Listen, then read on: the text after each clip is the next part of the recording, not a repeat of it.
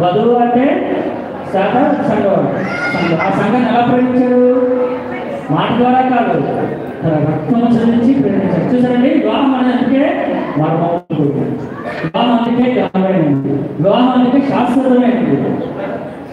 అందుకే మీరు వరుడు వధువు కానీ మీరు ఏ సైతం చేసుకోవాలి. అందుకే శాశ్వతమైనది. ఇల్లు శాశ్వతమే.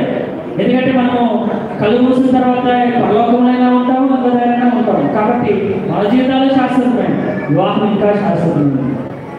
కాబట్టి ప్రేమైన దేవుని సంఘం అందుకోసమే శాస్త్రం పరిశీలన అడుగుతారు. ఇలాగైతే మరి ఎలాగ ప్రభా పెళ్లి చేసుకోవడం కష్టం కదా, అలాగైతే ఎలాగ మరి అంటే అనుగ్రహం పొందిన వాళ్ళు తప్ప నేను ఎవరు అంగీకరించలేదని అంటారు. చూసారండి, కృప కలిగి ఉండాలి. కనికరము, దేవుని కృప కనికరము తెలిస్తేనే దీన్ని అని చెప్పే సందర్భము మనం చూస్తా ఉన్నాము. మరి కాబట్టి ఈ యొక్క మర్మాన్ని మనం తెలుసుకోవాలి.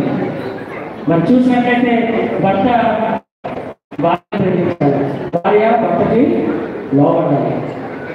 ఇద్దరు ప్రేమ కాదు, భర్త భార్య ప్రేమించాలి. కాబట్టి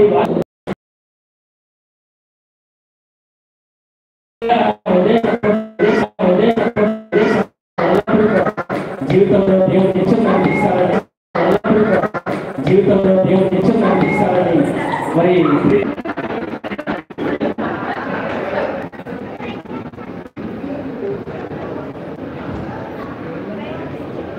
దయచేసి ఎవరు వివాహ కార్యక్రమం అనేది పరిశుద్ధమైనది.